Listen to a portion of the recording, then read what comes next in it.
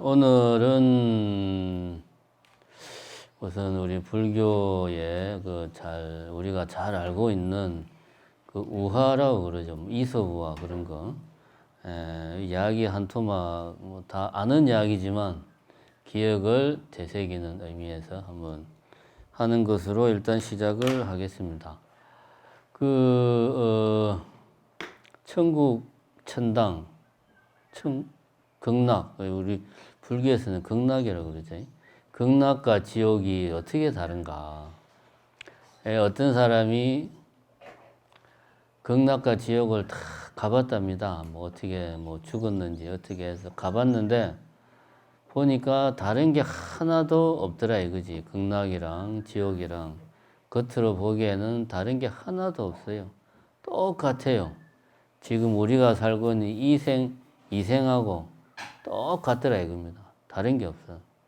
도대체 뭐가 달라서 여기는 지옥이고 저기는 극락일까? 천당일까? 궁금하던 차에 이제 밥 먹을 시간이 되니까 지옥 중생들은 이제 밥 먹을 시간이 되니까 숟가락과 젓가락이 나오지 않습니까? 이게 커요. 엄청 길어. 숟가락이 한 2m, 3m 되는 거지, 이제. 그걸로 이제 밥을 먹어야 돼, 수저를. 그러니까 먹고 싶은 반찬이 있으면 막 그걸 서로 먼저 먹으려고 싸우고 또 그걸 아무리 먹어서 자기가 먹으려고 해도 수저가 2m, 3m 길어 놓으니까 자기 입으로 들어가는 거는 하나도 없고 흘리기만 흘린다 이거지. 그러니까 맛있는 산의 진미가 눈앞에 있는데 먹어보지도 못하고 다 흘리고 그러고 나서는 내가 너 때문에 못 먹었다 어쩌고 저쩌고 또 그냥 자기들끼리 싸우고 이게 이제 지옥 중생들은 밥 시간, 식사 시간을 이렇게 보내더라 이겁니다. 이 양반이 이제 극락을 가서 보니까 극락도 지옥이랑 똑같이 숟가락, 젓가락이 길다란 게 나오는 거야. 2m, 3m짜리. 이 밥 시간이 되니까 같이 이렇게 딱 모여 앉아서 밥을 먹는데 극락의 중생들은 다 어떻게 알았는지 자기 앞에 있는 어떤 사람이 맛있어하는 듯한 반찬을 떠가지고 딱 그 사람을 먹여주더라 이거지. 그것도 맞은편에 있는 사람도 그거를 맛있는 반찬, 국 이런 거를 떠서 내한테 먹여주더라 이거지. 서로 먹여주니까 삥 둘러 앉아서 먹는데 멀리서도 아주 맛있는 거를 편하게 마음껏 먹을 수 있더라. 여기서 극락과 지옥의 차이가 있구나. 그래서 극락 중생들은 식사를 하고 나서 서로 나도 오늘 누구 때문에 참 식사를 잘했다. 나는 오늘 누구 때문에 정말 맛있는 반찬을 많이 먹었다. 이렇게 또 서로 또 칭찬을 하고 고마워하고 그러더라 이거지. 그래서 이것이 극락과 지옥의 차이구나. 이런 이야기가 있습니다. 우리 불자님들은 다 한 번씩 들어봤죠? 다 들어본 이야기입니다. 못 들어본 분 있습니까? 없죠? 또 처음 들어봐도 또 처음 들어봤다고 이야기하기는 좀 그렇죠. 남들은 다 아는데 내만 모르는 이야기 같으니까 이거는 아주 흔한 이야기입니다. 우리가 익히 들을 수 있는 이야기고 불교에서 내려오는 이야기입니다. 근데 이제 엄밀하게 따지고 보면 불교의 이야기는 아니고 인도의 부처님 이전부터 이제 인도에서 전래해서 내려오던 일종의 그런 우화랍니다. 이게 불교에서 만든 이야기는 아니고요. 힌두교나 저쪽에도 이런 비슷한 이야기가 있답니다. 그러니까 인도의 어떤 우리로 치면은 선녀와 나무꾼 이야기처럼 인도 사회에 옛날부터 내려오는 이야기다. 자, 이 이야기의 교훈이 뭘까요? 교훈, 굳이 고민할 것도 없습니다. 간단하죠. 지옥, 천당, 이런 게 따로 있는 게 아니다. 내가 항상 우리가 남을 위하고 배려하고 자비심을 내면 그 그곳이 천당이고 그런 마음을 내는 내가 천당에 사는 중생이다. 내가 누군가를 미워하고 시기하고 질투하고 내 자신만을 위해서 살아가려고 하면 내가 사는 이곳이 바로 지옥이다. 뭐 이런 교훈을 우리에게 주고 있습니다. 이런 이야기는 뭐 비단 불교뿐만 아니라 모든 종교가 한결같이 하는 이야기입니다.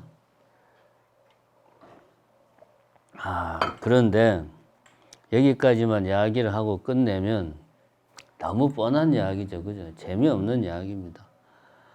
이런 우화가 가지고 있는 장점이 있고 단점이 있어요. 장점은 뭐냐? 깊고 심오한 진리 내지는 우리 인간이 살아가면서 꼭 알아야 될 사실을 알기 쉽게 잘 이야기를 해주는 거죠. 이 우화도 마찬가지로 자비심이 얼마나 중요한지, 천당이나 지옥 이런 것들이 과연 실제로 있는지 없는지, 이런 아주 우리가 살아가면서 중요한 문제를 하나의 어떤 그 스토리, 요즘 흔히 하는 스토리텔링, 그 짧은 이야기 속에 그 무거운 주제들을 다 담아내고 있어요. 이거는 장점입니다. 아주 바람직하죠. 그래서 우리가 훌륭한 어떤 뭐 법사, 강연자일수록 재밌는 이야기로, 쉬운 이야기로 귀에 쏙쏙 와닿게 어려운 이야기를 해주는 사람이 훌륭한 어떤 뭐 강연자다 이렇게 볼 수 있습니다. 그런데 이런 이야기가 단점이 있어요. 뭐냐?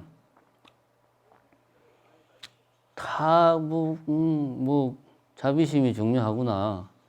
천당에 따로 있는 게 아니구나. 왜냐면 이 이야기 자체가 너무나 쉽게 이해가 되니까 그냥 그걸로 끝나버리는 거예요.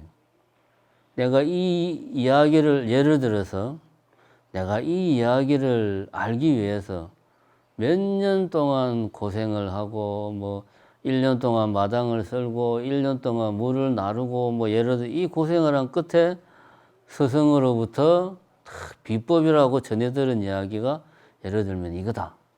그러면 이 이야기는 내가 그동안 고생한 게 있으니까 엄청나게 소중한 진리가 될 수 있고 마음에 탁 새기겠는데 그냥 편안하게 앉아서 텔레비를 보고 있는데 텔레비에서 어떤 뭐 강연자가 나와서 이런 이야기를 하면 좋은 이야기네.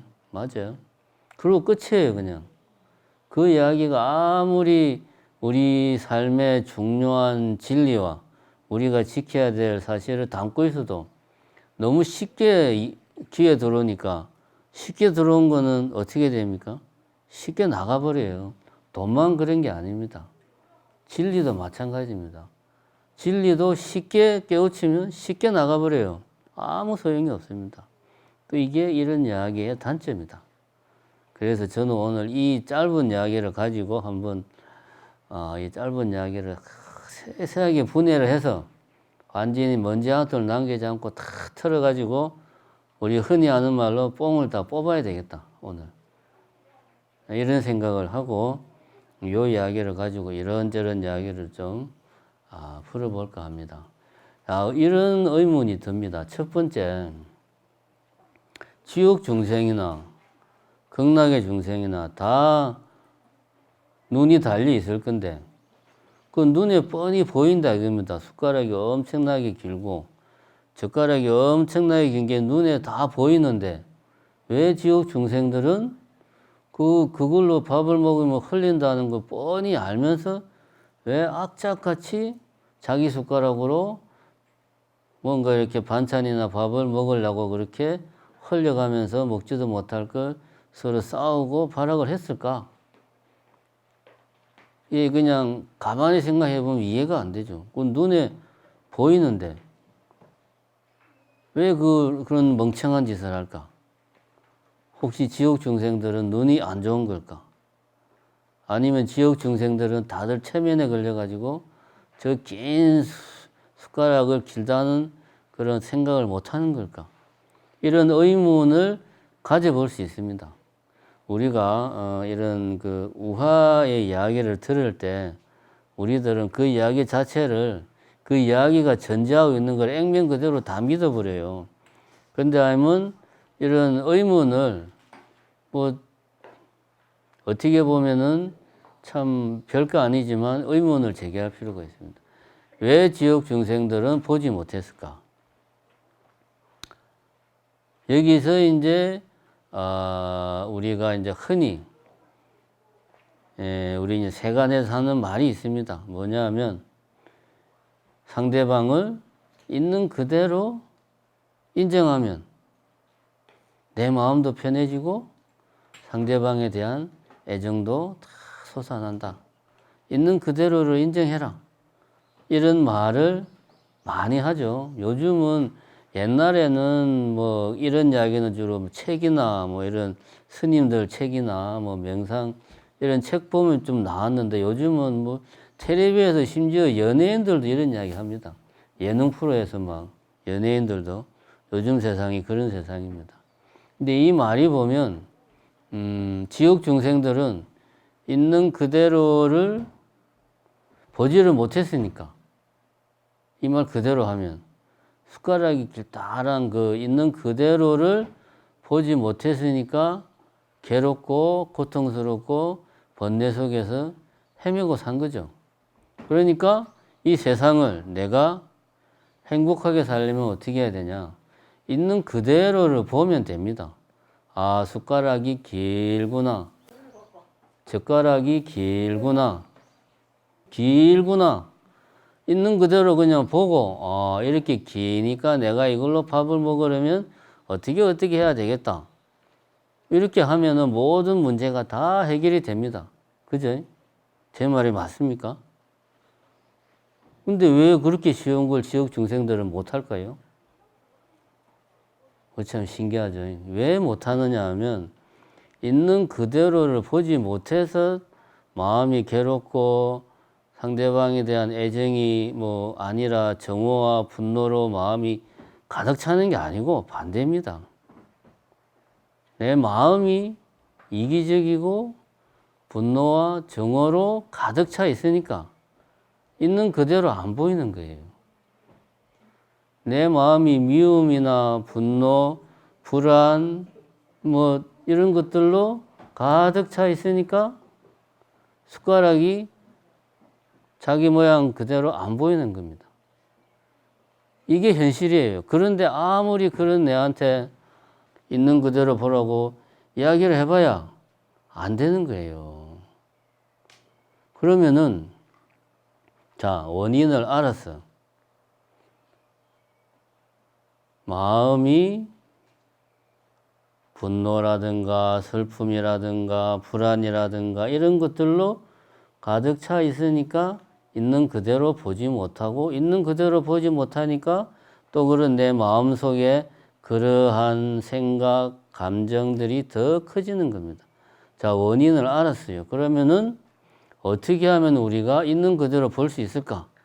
그 요즘 흔히 하는 말로 상대방을 있는 그대로의 상대방을 인정하면 모든 문제가 다 해결이 되냐? 안 되죠. 몰라서 못합니까? 마음이 그렇게 안 하는 걸 내보고 어쩌라는 거예요. 그죠? 미운 거 미운 거지. 아무리 저 인간이 돈 잘 벌어오는 내 남편이지만 미운 거 미운 거예요. 그죠? 평생을 같이 한 입을 듣고 살아도 쳐다보기도 싫은 건 어쩔 수가 없는 거야, 그거는. 그걸 어떻게 할 거예요, 그거를. 그거 사람 힘으로 안 되는 거예요. 근데 그 뭐 도 닦는 소리나 하고 있으면 답답하지. 문제가 뭐냐? 앞뒤가 바뀌었다 이거야. 그러면은 있는 그대로 보려면 어떻게 해야 되냐? 답은 사실은 이미 나와 있습니다. 우리가 뭔가를 제대로 보려면 카메라가 내를 찍고 있는데 즉 카메라 앞에 막 빨간색 필터를 달고 저 앞에 막 그물망을 달고 하면은 카메라가 아무리 좋은 거로 열심히 찍어봐야 내가 제대로 안 나오죠. 있는 그대로 보려면 보는 내가 내 마음이 어떻게 돼야 됩니까? 거울처럼 반질반질해야 있는 그대로 보일 거 아닙니까? 그죠? 우리가 이 명경지심이라는 말을 씁니다. 명경지수, 호수가 마치 맑은 거울처럼 하도 호수가 잔잔하니까 맑은 거울처럼 다 비치더라 이거야. 이게 이제 명경지수, 명경지심 뭐 이런 표현을 씁니다. 뭔가를 내 마음이 있는 그대로 보려면 있는 그대로 봐야 되겠다라고 생각해서 되는 게 아니고 이 마음이 거울처럼 고요해야 된다. 마음이 거울처럼 고요해야 있는 그대로 볼 수 있는 거예요. 마음이 거울처럼 고요하지 않으면 있는 그대로 볼 수 없는 거예요. 있는 그대로 볼 수 없으면 인생이 괴로운 거예요. 인생이 괴로우면 그 괴로움은 계속 정폭되는 거예요. 그래서 우리가 이 사바세계에서 살고 있는 겁니다. 어떻게 그러면은 마음이 고요하다는 것과 마음이 고요하지 않다는 것은 뭘 이야기하는 거냐. 마음이 고요하다, 잔잔하다. 호수가 마치 거울처럼 약간의 그 뭐 파도나 그런 것이 전혀 없다. 그럼 마음이 고요하다는 말은 아무 생각이 없다는 말이죠. 미워하거나 싫어하거나 두려워하거나 짜증내거나 걱정하거나 불안해하거나 뭔가에 대해서 계속 그것만 곰곰이 생각하거나 뭐 이런 생각이 없다는 겁니다. 제가 전에도 한번 이야기를 했지만 불교에서는 생각이라는 게 아주 포괄적인 겁니다. 우리가 일반적으로 말하는 뭐 생각, 논리적인 생각, 지식, 정보 이런 것뿐만 아니라 감정, 공상, 망상, 뭐 말로 표현하기 힘든 미묘한 어떤 느낌 이런 거 다 포함하는 겁니다. 이 마음이 막 요동치게 하는 그 무엇, 내 마음이 막 이 파도 치듯이 출렁이는 그 자체가 바로 뭡니까?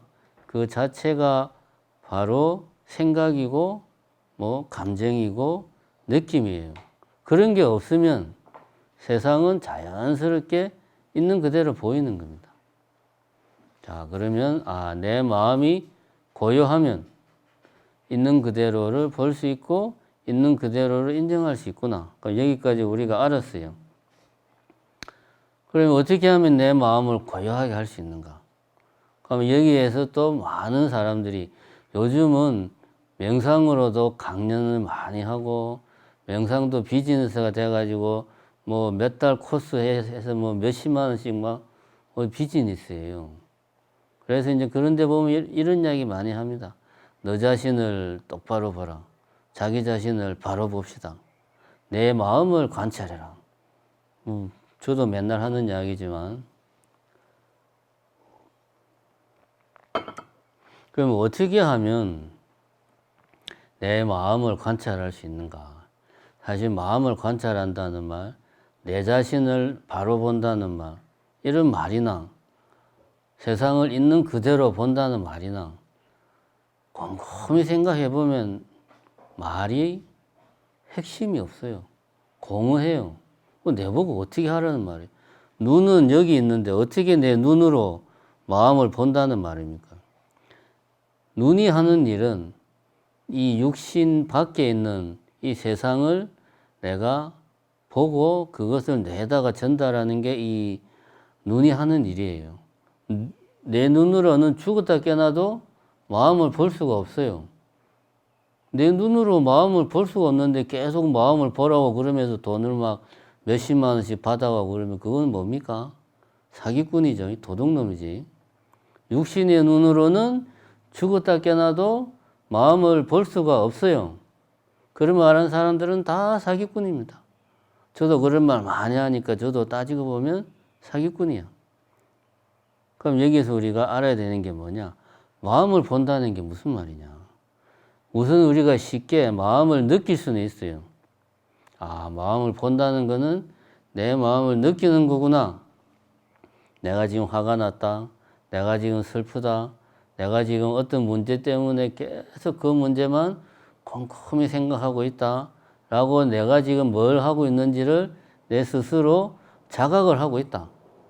이걸 우리는 마음을 본다라고 생각을 하는데 반은 맞고 반은 틀린 말입니다. 자각은 어른이라면 다 합니다. 내가 지금 화가 났어. 나도 알아, 화가 났는지. 참아야 돼. 참고 있어. 근데 참을 수가 없어. 표정에서 나타나. 말을 하면 나도 모르게 말이 막 톤이 막 올라가. 내가 화가 났다는 걸 자각을 한다고 해서 화가 사라지느냐? 아닙니다.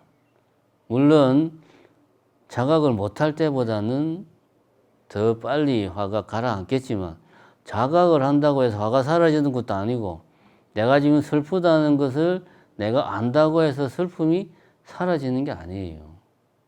이걸 우리가 알아야 됩니다. 마음을 본다는 것은 마음을 느끼는 것과는 뭐라고 그래? 차원이 다릅니다. 이제 티벳의 어떤 노스님이 이런 이야기를 했습니다. 제자가 이제 티벳에는 그런 전통이 있다고 그래요. 어떤 제자가 수행을 할 때 스승에게 그 일종의 우리로 치면 화두 같은 것을 끊임없이 물어본답니다. 시도 때도 없이. 스승이 귀찮을 정도로. 하루는 노스님이 정말 좋아하는 어떤 그 전통 연극 같은 거를 정말 재밌게 막 박장대소를 하면서 막 정말 재밌게 보고 있는데 제자가 보니까 이때 내가 질문을 하면 우리 스승이 지금 마음이 지금 빈틈이 있으니까 지금 질문을 하면 진짜 속에 있는 그 중요한 이야기를 해주겠다 해가지고 스승이 막 연극을 보면서 세상 기분 좋게 보고 있는데 덥석 질문을 하기를 스님 수행이 뭡니까? 갑자기 또 물어보니까 스승이 부지부식간에 질문을 받아가지고 놀래가지고 엉겹결에 대답하기를 생각과 생각 사이의 간격을 넓히는 것이 수행이다. 이렇게 이야기를 했습니다.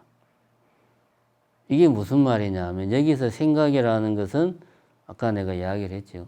논리적인 생각뿐만 아니고 감정, 느낌, 공상, 망상 이런 것들 다 포함하는 겁니다. 그런 생각과 생각 사이의 간격을 넓히는 게 수행이다. 이게 무슨 말이냐면 생각과 생각 사이의 간격이 넓으면 하나의 어떤 생각을 하고 나서 그 다음 생각을 할 때 그 다음 생각이 시작되는 것을 내가 알아차릴 수가 있죠. 생각과 생각 사이에 그 빈틈이 있으니까. 이 틈이 넓다는 말은 다시 말해서 내 마음에서 어떤 생각이 일어날 때 그건 내가 곧바로 알아차릴 수가 있는 거죠. 그래서 그 생각을 내가 일어나자마자 바로 그 생각을 내가 다스리거나 깔아앉힐 수가 있는 거죠. 그게 수행이다라고 이제 이렇게 이야기를 해줬습니다. 저는 비슷한 이야기를 어떻게 표현했냐면 마음에 빈자리가 있어야 자신을 볼 수 있다. 마음에 빈자리가 없으면 자신을 볼 수 없다. 그러면 이 같은 이야기입니다. 생각과 생각 사이의 간격을 넓게 하는 것이나 마음의 빈자리를 가지는 것이나 같은 맥락입니다. 그러면 이런 마음의 빈자리, 생각과 생각 사이는 그러면 아무 생각, 아무것도 없는 마음이 그 어떤 작용도 하지 않는 상태냐? 그건 아니죠. 왜냐하면 마음이라 하는 것은 그 어떤 구체적인 실체가 아니고 마음이라는 것은 작용하는 겁니다. 가만히 정지해 있는 마음은 말 자체가 성립이 안 되는 거예요. 말 자체가. 마음이라는 것 자체가 끊임없이 작동하는 그 무엇이에요. 그걸 우리는 마음이다 라고 이렇게 표현하는 겁니다. 마치 굳이 비유를 들자면 뭡니까?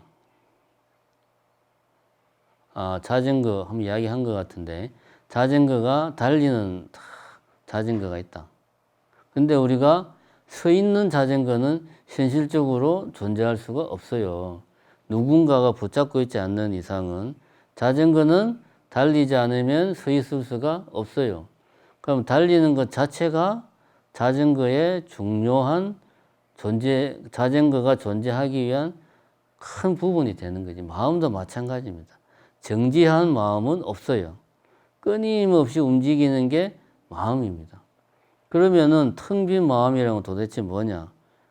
그것은 앞에서도 이야기했지만 이런 생각 저런 생각이 막 일어났다가 사라졌다가 이 생각했다가 저 생각했다가 불안해했다가 두려워했다가 화를 냈다가 슬퍼했다가 누군가를 미워했다가 뭐 잡생각을 했다가 이런 생각들이 계속 했다가 사라졌다가 이런 것들이 계속 반복되는 것이 아니고 하나의 생각이 마치 그 불씨가 그 뭡니까 이 활활 타오르는 불 말고 불씨가 이렇게 그 화로 속에 불씨가 꺼지지 않고 작은 불씨가 계속 이어지듯이 하나의 생각이 계속 이어지는 그런 걸 이야기하는 겁니다. 이런 상태가 일상적으로 지속이 되면 그게 깨달음입니다. 물론 저는 그렇지 못하기 때문에 뭐 그 이상은 말씀 못 드리겠고. 자, 그러면 정리를 해보자. 있는 그대로를 내가 인정하고 볼 수 있다면 마음도 편해지고 이 세상에 대한 타인에 대한 애정도 솟아난다. 이 말은 사실은 앞뒤가 바뀐 말이다. 우리가 있는 그대로 보지 못하고 우리가 마음이 자비롭지 못하고 계속 번뇌망상이 우리 안에서 일어나니까 있는 그대로 보지 못한다. 그럼 어떻게 하면 있는 그대로 볼 수 있느냐? 번뇌망상을 잠재워야 된다. 번뇌망상을 잠재운 상태가 고요한 마음의 상태, 명경지수의 상태다. 이런 마음, 내 마음이 고요한 상태에 있으면 세상은 자연스럽게 있는 그대로 내 마음에 비춰진다. 그래서 우리는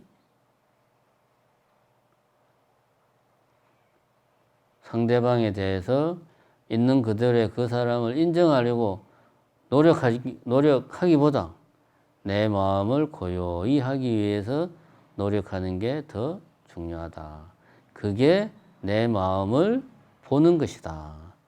내 마음을 느끼는 게 아니고 내 마음을 지켜보는 것이다.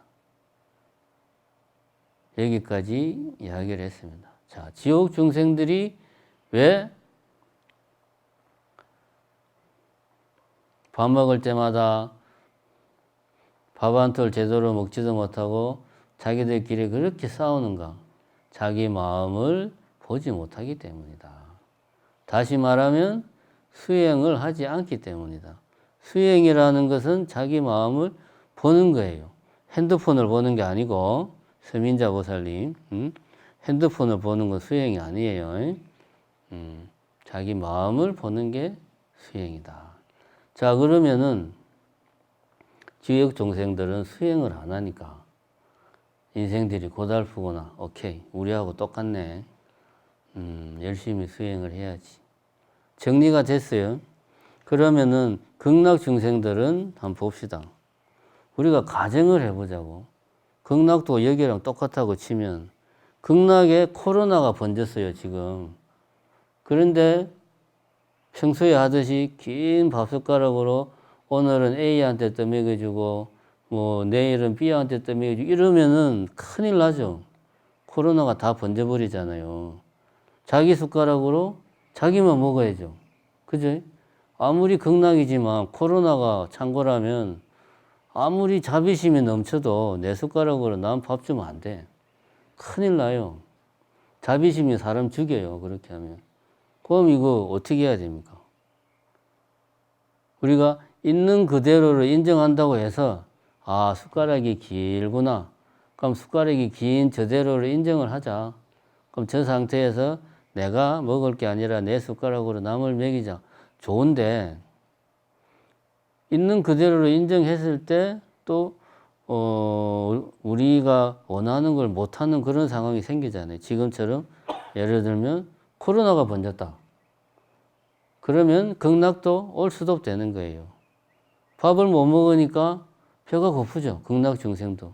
배고프면 괴롭죠. 그럼 거기가 극락입니까? 괴로운 데는 극락이 아니지. 극락이 아니에요. 뭐 지옥도 아니지만 어쨌든. 그럼 이런 의문을 우리가 가질 필요가 있습니다. 어떻게 해야 되나? 어떤 게 정답이나? 우리는 무조건 있는 그대로를 인정해야 되는가? 그 있는 그대로의 모습이 좋든 나쁘든 문제가 있든 없든 있는 그대로 다 인정을 해야 되나요? 이 문제를 생각해보고 오늘 뭐 이야기는 끝내겠습니다. 자, 부처님 이야기의 핵심은 연기사상이죠. 연기사상을 달리 표현하면 중도입니다.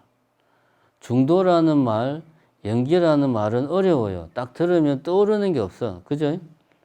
그냥 연기가 모든 것은 연결되어 있다. 어떻게 연결되어 있다는 건데 감이 안 오잖아. 그죠? 중도라는 말, 연기라는 말을 쉽게 설명하면 뭐다? 적절하게 상황에 맞게 잘 하는 게 연기고 중도입니다. 뭔 이야기냐면 우리 극락 중생들이 긴 수저로 서로 먹여주면서 밥을 잘 먹고 행복하게 살고 있는데 코로나가 번진 거야. 그래서 이제 극락 중생들이 아이고 큰일 났다 모여서 회의를 하는 거지. 어떻게 해야 되지?